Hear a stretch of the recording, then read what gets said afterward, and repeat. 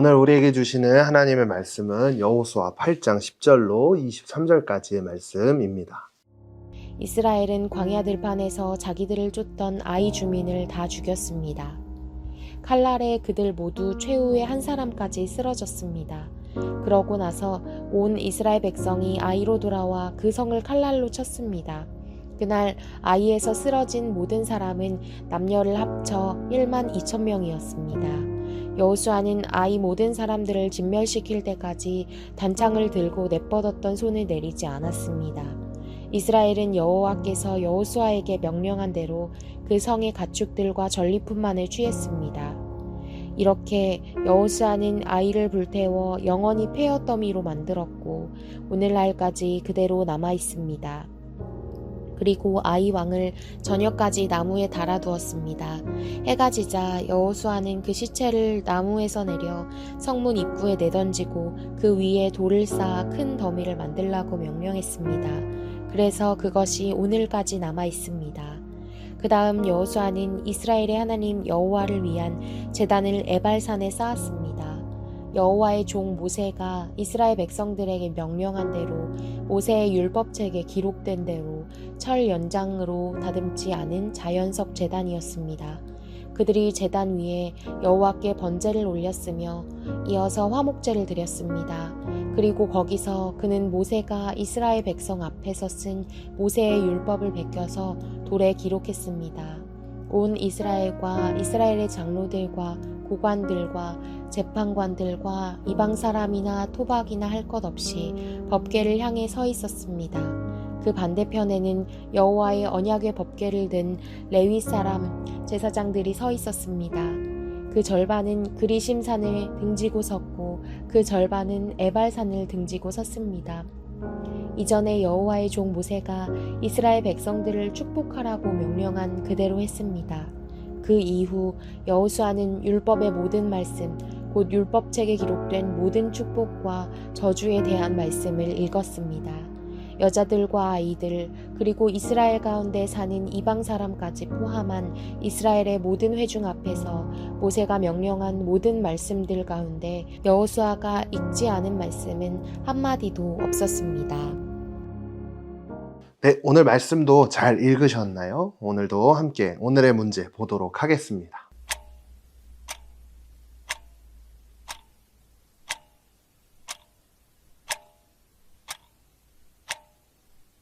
네, 오늘도 말씀을 보면 하나님께서 약속하신 것을 꼭 이루시는 분이라는 것을 알 수 있죠. 전에 나눴던 것처럼 아간이라는 한 사람의 죄로 인해 이스라엘 백성들은 여리고 성보다 훨씬 작고 약한 아이성 사람들에게 오히려 패하고 말았다는 것을 알 수 있었습니다. 그래서 여호수아와 백성들은 제비를 뽑아 아간이라고 하는 한 사람을 찾게 되었죠. 그리고 그 죄를 해결하기 위해서 이제 그 아간과 그의 가족들을 다 처벌하기 시작합니다. 그 뒤에 하나님께서는 다시 기회를 주셔서 오늘 말씀에서는 승리의 기쁨을 누리게 된 백성들의 모습을 볼 수 있죠. 백성들이 이번에 승리할 수 있는 가장 큰 이유가 무엇이었나요? 바로 하나님 앞에서 순종했기 때문입니다. 그런데 오늘 말씀을 보게 되면 승리를 맛본 뒤에 백성들이 어떤 행동을 했는지를 보면서 우리가 믿음의 길을 걸어가면서 가장 중요한 태도가 무엇인지를 알 수 있습니다. 오늘 말씀을 보면 그 다음 여호수아는 이스라엘의 하나님 여호와를 위한 제단을 에발산에 쌓았습니다. 여호와의 종 모세가 이스라엘 백성들에게 명령한 대로 모세의 율법책에 기록된 대로 철 연장으로 다듬지 않은 자연석 제단이었습니다.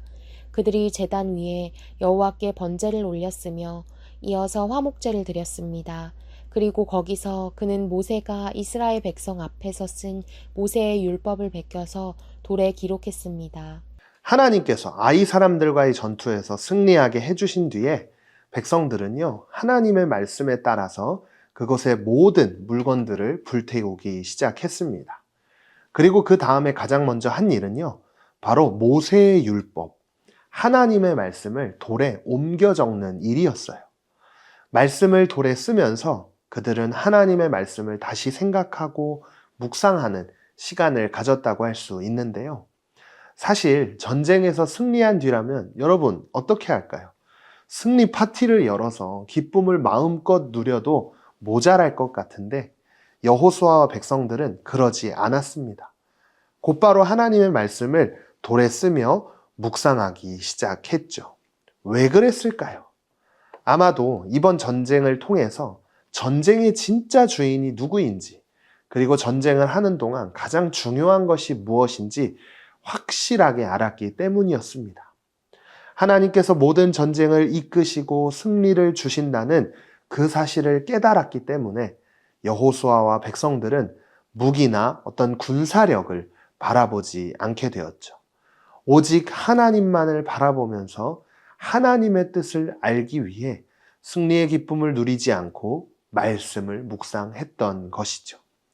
그래서 오늘 말씀을 통해 우리는 이런 교훈을 배울 수 있습니다.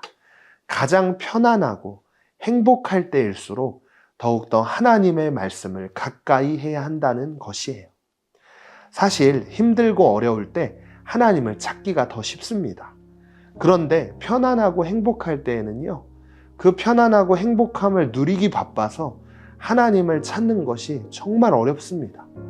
그런데 그것이 하루 이틀 계속해서 지속되다 보면 결국에는 하나님을 잊어버리고 내 마음대로 살고 싶은 마음이 생기게 되기 마련이죠. 그래서 우리는 어떤 때든지 하나님의 말씀을 다시 묵상하고 되새기는, 그리고 기억하는 시간이 필요합니다. 전도사님이 바라는 건 우리 다니엘 소년부가 함께 큐티를 하는 지금 이 시간이 바로 하나님의 말씀을 되새기는 시간이 되기를 소망합니다. 이 큐티 시간을 통해 하나님의 말씀을 다시 떠올리고 어떤 상황 속에서도 좌로나 우로나 흔들리지 않고 하나님의 말씀을 따라 살아가는 그런 시간이 되기를 축복하면서 오늘도 결단의 자리로 나아가겠습니다. 첫 번째, 나는 분주한 일상 중에 잠시 멈추어 하나님과 보내는 시간을 구별하고 있나요? 말씀을 묵상하는 시간이 인터넷, 친구들, 학업 등에 밀려나 버린 것은 아닌가요?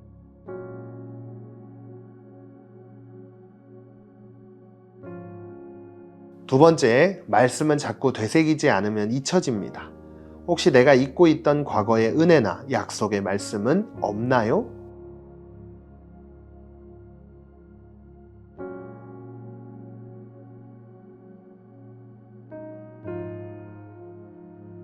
오늘도 말씀을 기억하며 함께 기도하겠습니다. 하나님, 오늘 말씀을 통해 승리를 주시는 하나님을 기억하며 기쁠 때나 슬플 때나 하나님을 잊지 않고 하나님만 바라보는 제가 되게 해주세요. 제가 매일 큐티를 통해 하나님의 뜻을 따라 살게 하시고 좌로나 우로나 치우치지 않게 해주세요. 예수님의 이름으로 기도드립니다. 아멘.